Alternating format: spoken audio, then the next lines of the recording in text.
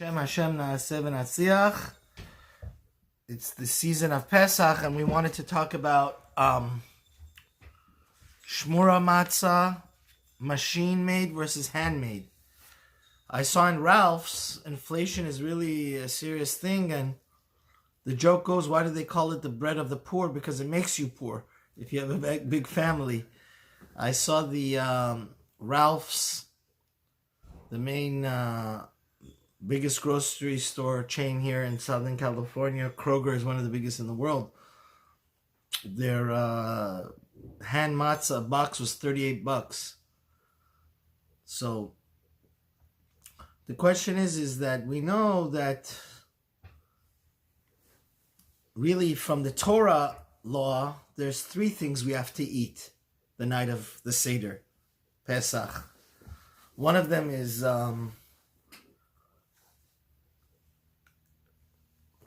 the lamb offering, the Korban Pesach, which unfortunately, Ba'avonotena Rabim, we don't have.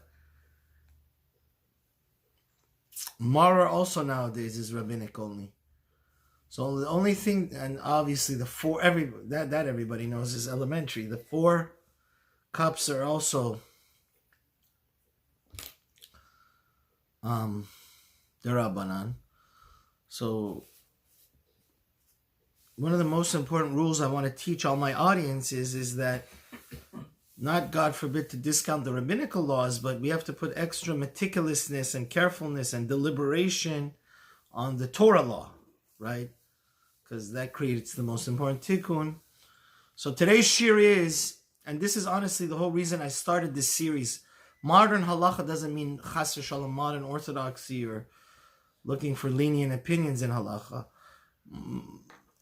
Halacha in modernity, and this is the perfect example where we can use the a machine to make shmura matzah. Now, what's the and is that good enough as the handmade matzah? Now, the important thing to note is that this is talked about by Rav Ovadia and his son, Lahavdil ben Chaim L'Chaim, in a few different places. The source of today's shir is the Yalkut Yosef and the Rav Ovadia in his short and sweet Teshuvot, unlike Yabia Omer, which are more encyclopedic. Volume 1, those that want to reference it, Teshuvah Yad 14. So let's start the shir. The question is that, honestly speaking,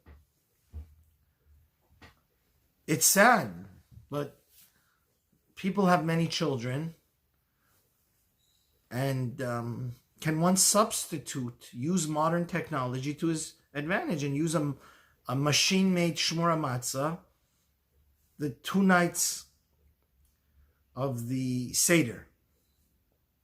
Now, we'll start the shiur with the Gemara Psachim 40a. Talmud Bavli says, it says in Torah, Ushmartem et hamatzot, right? We have to watch the matzot. So one meaning is that we have to watch it to make sure it doesn't leaven and turn into bread, right?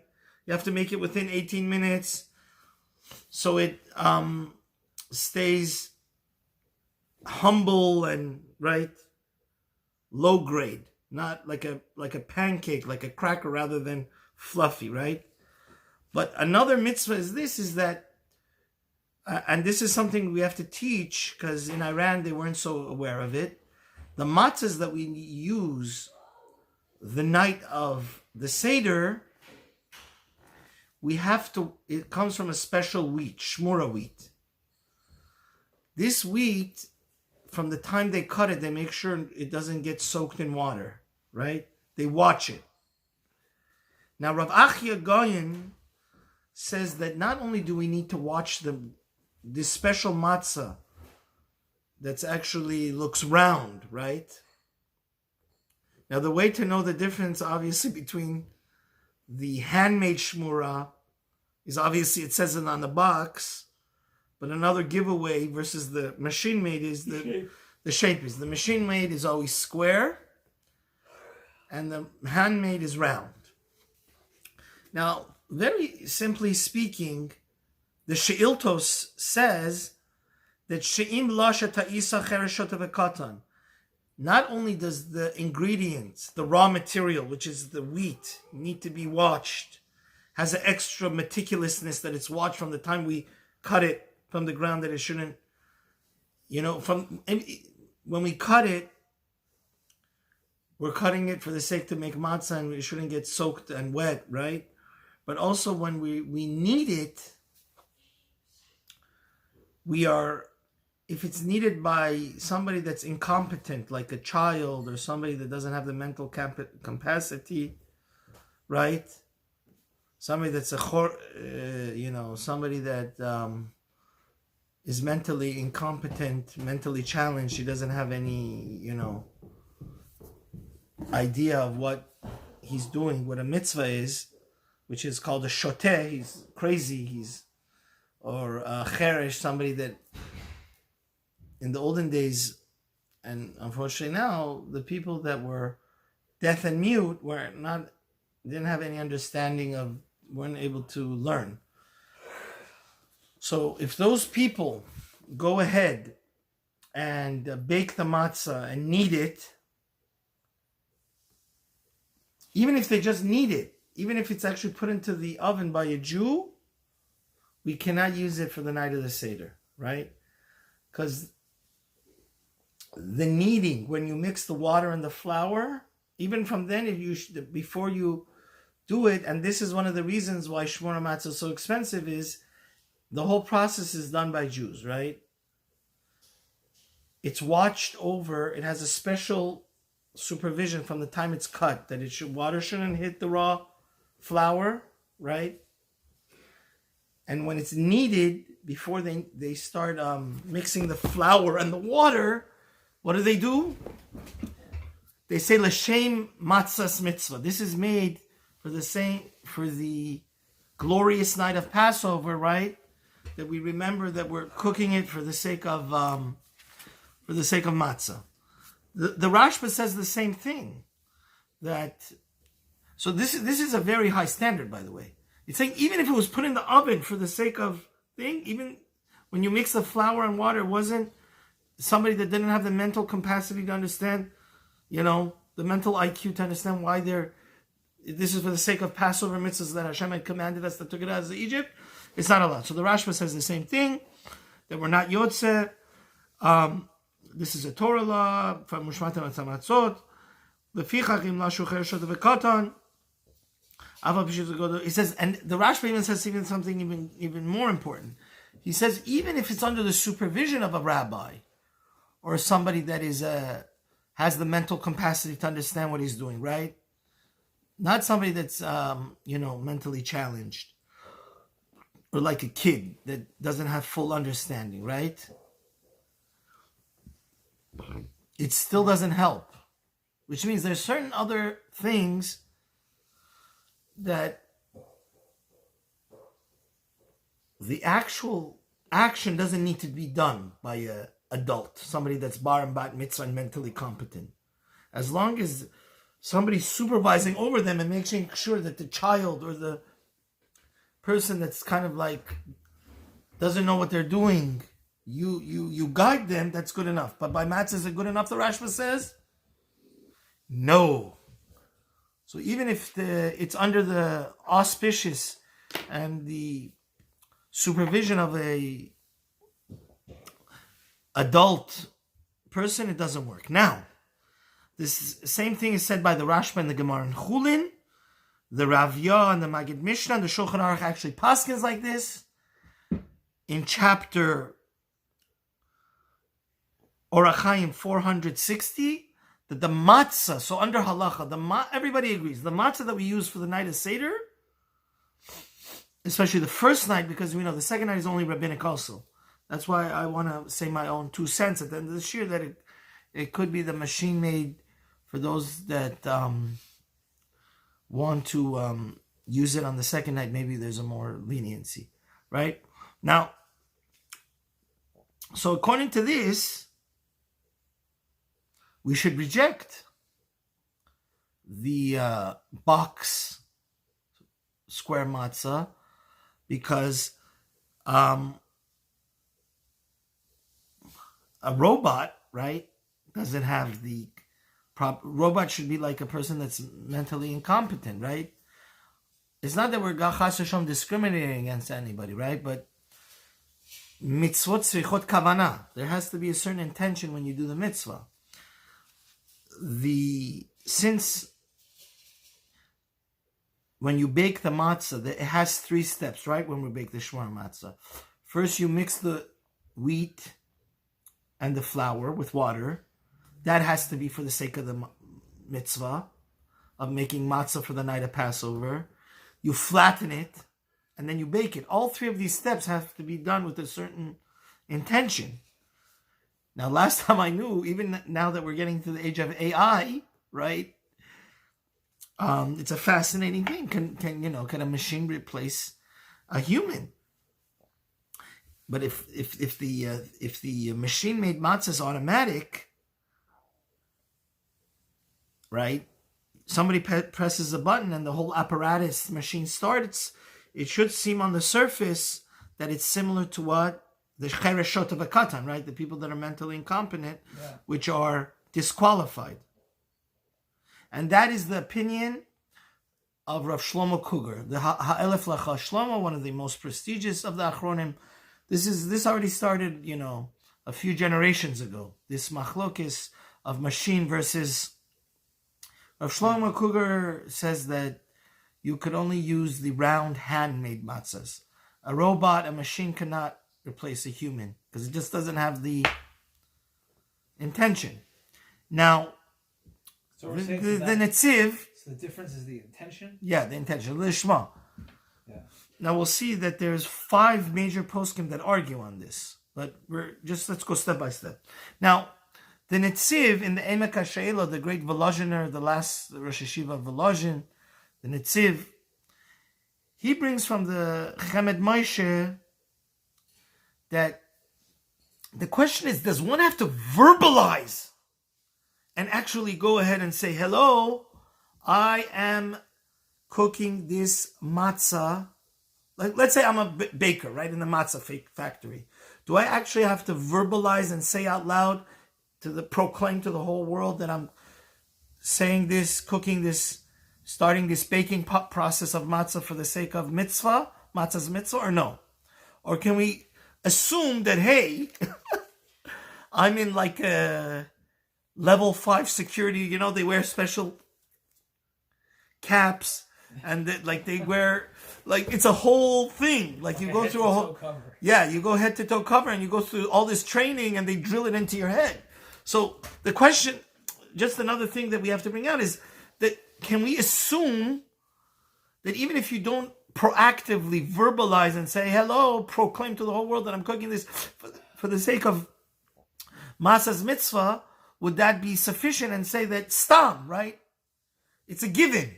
Automatically, our actions speak greater than words, and we could assume that automatically, inevitably, the consequence of you being in that factory, you are cooking it l'shem shamayim. So this is a machlekes hapoiskim. The Chemed Moshe says yes. The Netziv brings him. It's like kotshim. Does the Kohen, before he starts his whole, geschäft over there of pouring the blood and doing shchita and all those, the fact that he's putting on those royal, lofty, your actions speak greater than your words. So the Netziv argues on this, and he says no. Since we're doing with the Torah law, right? We have to be extra machmir, and even b'diavad, even after the fact, under no circumstances, unless you have to proactively proclaim that, this was done for the sake of matzah's mitzvah, or at least you have to have it in your mind. If you just went in there and your mind was blank, it's not like the Kohen that's doing the avoda, and that matzah would be disqualified. It could not be used the night of Passover. Now, that's another problem with the machine. The machine would probably be like a blank thing, right? Doesn't have a heart and mind like we learned in the Mesilat Yesharim. Its motives are, and he says, even one could argue that the person, the mashkiach, right, that presses the button to start the whole machine, even if he proclaims to the whole world, right, that I'm pressing the button, right, I'm starting this whole machine up, the whole apparatus that starts the whole kneading and flattening and thing for the sake of the mitzvah, perhaps that doesn't help. Because it's not proactively doing that, right? Only right? Here's the fascinating technology versus halacha, how we view the robot, the machine. The fact that you started it, is that sufficient? Or is that just considered like, the first person that started the button, only the first matzah, for example, that was cooked. But the other stuff is considered like wind power, you know what I mean? Which is not, do we trace it back to the original mashkiach rabbi that, turned on the machine or no? So that's usually the Ashkenazi, no, it's not Ashkenazi. It's a Gemara in Chulin, actually. The Gemara says that when we want to do a ritual kosher slaughter, the Gemara in Chulin Tet Zayin says, and I read you it's the Gemara on the top of Tet Zayin, page 16, Gemara Chulin Bavli. It says, Amar Mar Hashochet b'mechoni shechitoto keshera. One that slaughters an animal through a machine, a mechanism, a tool, it is kosher, the Gemara says there. The Gemara says, there's a contradiction somewhere else. It says it's invalid. The Gemara says, Lo kasha besarna de parchi, ha besarna de maya. One is talking about a potter's tool, which the potter is constantly putting energy. One is, if you do it through a water mill. You know how they used to grind wheat through the water mill? So the Gemara says, and actually the halacha is habekoach rishon, habekoach sheni.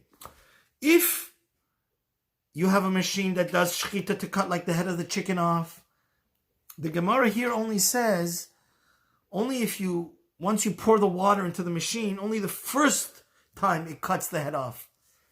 Right? The first consequence of your action is traced back to you. But the second time, the Gemara says, the halacha is in the Shulchan Aruch there, that it's not traced back to you, right? Because that's kind of going automatic. So a machine perhaps can be argued, Rav Avadia and Rav Yitzchak Yosef say, the poskim say should be like that. And that's actually the halacha in Shulchan Aruch, that only the first, right? If you created like a water wheel type of knife situation, only the first, and it was done through a human action, only the first time it's traced back to you. Now, the Crazy Place brings out another potential problem over there in the Gemara in Chulin, and he says that the other problem is that the water wheel that's doing the shechita, we have to make sure it's like indoors. Because if it's in the middle of a stream, maybe the wind is causing it to, this mechanism to cut already from the second shechita it doesn't work. But even from the first one, maybe it's not because you're pouring the water or turning the wheel that it's cutting the thing. It has to be a place where the wind has no power there. Because if the wind is helping a little bit, even in the case of shechita, it would be what? Pasul. It would be invalid. And the animal would not be kosher for consumption. The Pri Megadim says this, and the Kaf HaChaim brings it from the Zivchei Sedek. Now, that's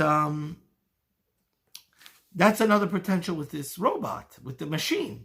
Because you have the electric current helping you, right? It's true that somebody's pushing the button, but it's like two things going. Maybe perhaps it's like the wind and, the poskim are saying, in a case where you have the wind and the human pouring the water, which causes the machine to happen. So you also perhaps have the electric current and the pushing of the button. And since it's two, it has to be strictly through the power, you understand, of the human. This is actually brought down in a tshuva. And for all these reasons, because of the crazy place, because you have the electric current and you pressing the button, it's not strictly starting the button that is causing the machine, right? Because you need the electric current, and perhaps that's synonymous to the wind, which the crazy place and the Pri Megadim and all these places we're saying it doesn't work. So the Rav Moshe Mordechai Benet, one of the great Gedolim of Europe, he says that because of Sheish L'Chalek means Leben Sharach. He says no, it's different. He says electricity is different than somebody pushing the button. But other poskim, the Simla Chadasha doesn't like that. So some poskim say, listen, they want to compare the pressing the button and the electric current to the case of the wheel helping to be, even though you're starting to push the wheel into action, but there's also wind, and to say that that's another reason that we should say machine matzah is what? No good. Now, to come toward the end of the shir, the truth of the matter is that 5 major poskim, heavy hitters, do say it is okay. Machine matzah is able to be relied upon. Wow. Who are they? Because they hold that in the end of the day, if the mashkiach, the rabbi that's working in the matzah factory, right? Because, Shani, you have to understand what's going on here. The ingredients are the same ingredients as the handmade matzah, right? It's the same. Of course. Everything is the same. The question is the intention there or not? Now they hold that since somebody's pushing the button to the machine that starts the whole apparatus for it to start baking it and kneading it and mixing the water and thing, as long as he clearly at the beginning of the day, right, says, I'm doing this for the sake of the matzah mitzvah, that's it. It's considered that the intention, the motive is there, the lishma is there, and everything, even if it cooks 10,000 matzahs or 100,000 matzahs, machine-made square matzahs that are shmura, they're all coming because you push the button, right? And they're all considered back to that push. And everything is considered lishma, for the sake of matzah. And who are these 5 major poskim? One of them is Avram Tumim, which I don't know. But the Maharsham is a great posek. None other than Rav Chaim Oizer Grzinski, which was the Gadol Ador after the Chavetz Chaim, in Achiezer, volume 3, Siman Sfaradi Tahor, 69. He holds that machine matzah is considered lishma. The Torat Raphael, which was the Rav Raphael Volozhiner, I think, the Nitziv's son, he was for a short time the Rosh Hashiva. He was the Rosh Hashiva of of Volozhin with Rav Chaim Brisk. The Chazon Ish, which was, you can't get more. The Chazon Ish, which is this tremendous machmer, he holds that in the nitty-gritty of it, this is considered, basically robots can replace human beings as long as the initial button was pressed.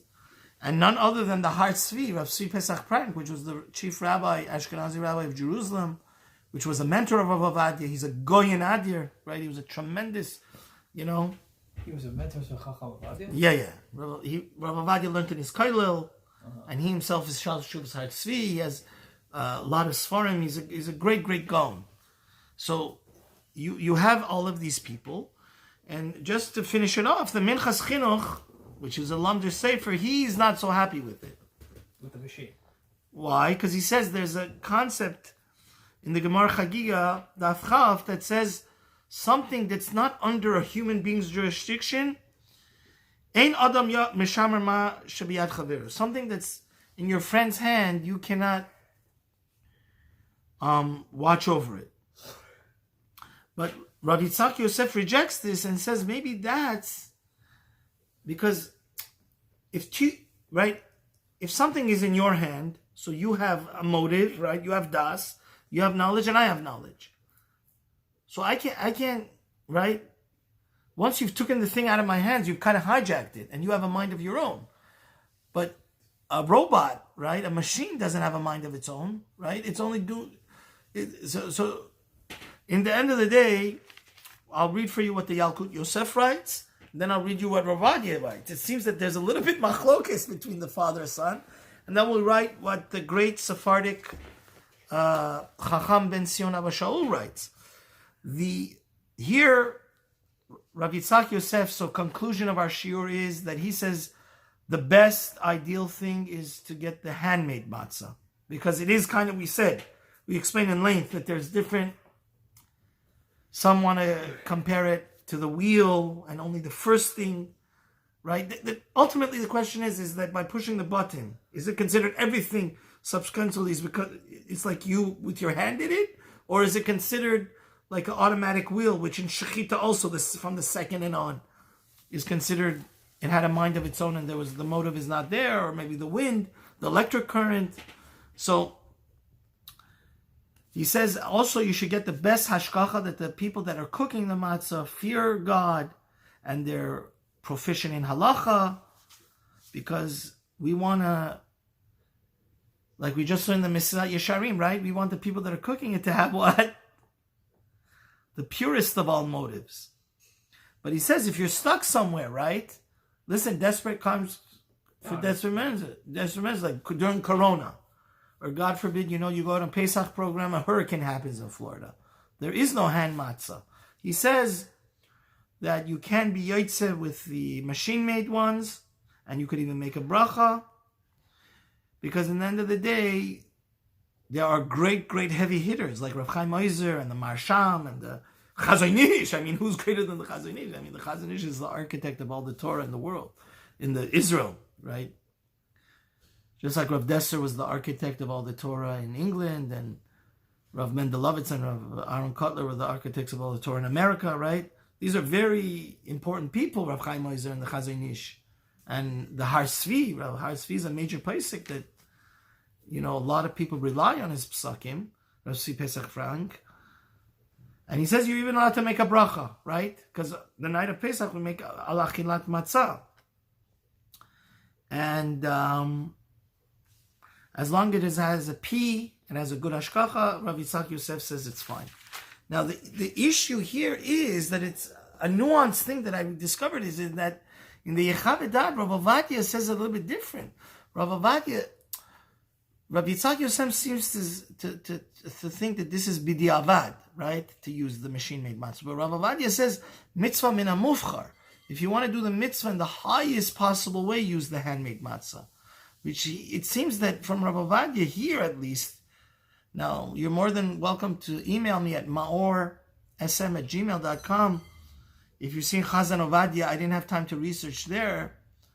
But this was written after that. Maybe I don't have the new Chazan Ovadia, but it seems to see that Rav Ovadia concurs with the Chazon Ish and Rav Chaim Oizer, that it's fine. He's just saying if you want to do mitzvah min mufchar, right? One has to understand. Halachically, there's 3 levels on how to do a mitzvah, right? There's lechatchila and b'di'evet, right? Yeah. Lechatchila is the best way to do it. B'di'evet is if you did it, okay, we're not going to make you do it again, right? That seems the opinion of Rabbi Yitzhak Yosef. Then there's the highest way, like the Mesilas Yesharim. It's called mitzvah min mufchar. You do it mahadrin min mahadrin, like, right? You do the mitzvah in the most desirable way. It's a level above lechatchila. Rav Ovadia seems to say handmade matzah is mitzvah min mufchar. But even if you use machine-made SHMURA, it is lechatchila. So, because we want to say that, of course, perhaps there is a machlokas here, perhaps there isn't, but we want to just come to the final part of the shir, and that's the opinion of Chacham Ben Sion Abba Shaul, the Or L'Tzion. The Or L'Tzion actually rejects it. Rejects what? He says that you cannot use Machine made. Yeah. Really? He says you can't use machine made. This is in chapter 11, volume 3 of the Or Letzion. Chapter 11, Halacha 6. He says, and I'll read it for you verbatim, because Chacham Ben Sion was Persian, and obviously it's a machlokas of giants. But listen to what I'll read for you verbatim, what Chacham Ben Sion says. He says, "En anu yotzin." He says, if we cannot fulfill our commandment of eating matzah with machine-made shmura.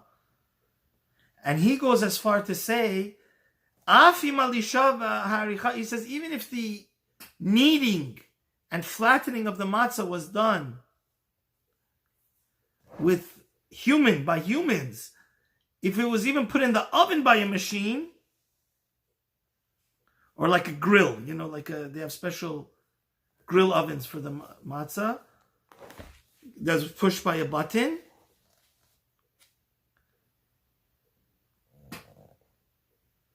He says he's very machmer, Chacham Ben Zion. He says even the person that places it inside the grill, inside of the baking oven, has to be done. He says you're not yotze. But he actually has a very interesting knetch to this. You want to hear this? He says the only time you could use machine-made shmura is like this. If it's a type of machine that the mashkiach has to constantly keep his hand on the, when he turns on the button to start the machine. And I'll read it here. He says, only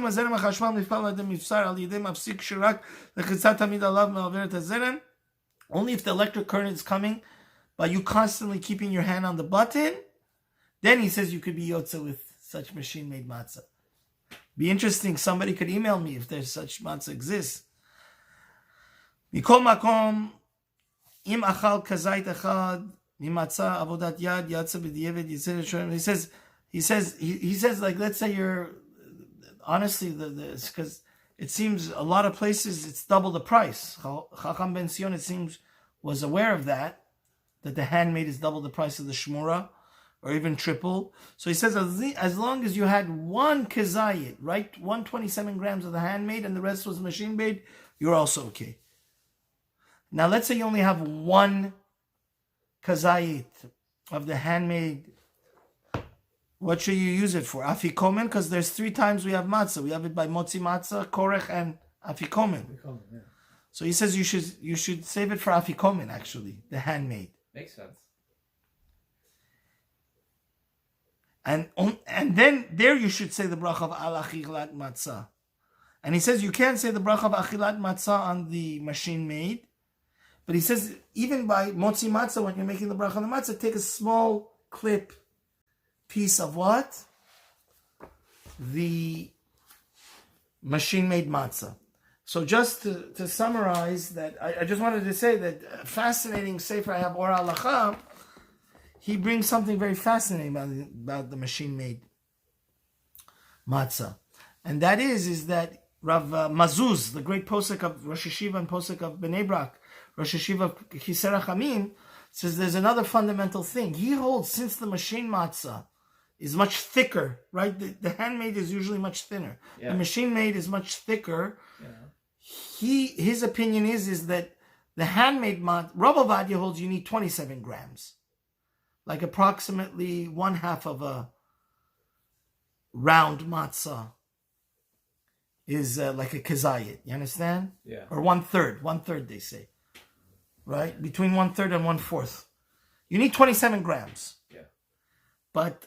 And that's what Rabbi Yitzchak Yosef holds, and Rav Mordechai Eliyahu holds, and the Kaf HaChaim holds, and the Chida holds, because it's 9 darham, which the Rambam had. But Rabbi Ben Sion Abba Shaul holds 20 grams is enough to have a matzah. But he says, since the issue that I'm trying to tell you here is that Rav Mazuz has a fascinating psak, and you know what that psak is? He says that The SHMURA matzah that's machine made, you only need 15 grams because its volume, it's heavier.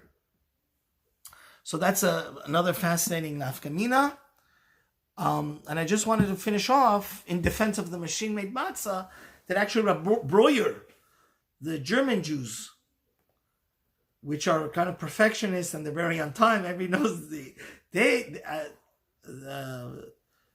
Rosh Kollel told me that they actually prefer the machine-made because they hold that machines are more perfectionist than humans. Human error could cause the matzah to become chametz. That originally was another reason of Shlomo Kluger. Remember, the first person didn't like the machine-made because their machines were kind of like 1800. They were like, the cars, but the already from the 1940s and 50s, the machines, right? This is going 60, 70 years ago, especially now. The machines were so sophisticated that they hold that it was better to get the machine made. Wow. Because according to Chazon Ish and Reb Chaim Ozer and all those poskim, you have the lishma, and it's mahadrin more because it's less prone for human error. So Hashem should help us. That the bottom line is our motive should also be when we mitzvot tzrichot kavana. We should have a kavana when we have the matzah that we're eating it because to remember that Hashem took us out of Egypt, and we should come out of our personal Egypt of workaholism and being addicted to our bad midot, and Hashem should always help us to be free and finally free of all the galut. Mashiach should come, amen. Amen.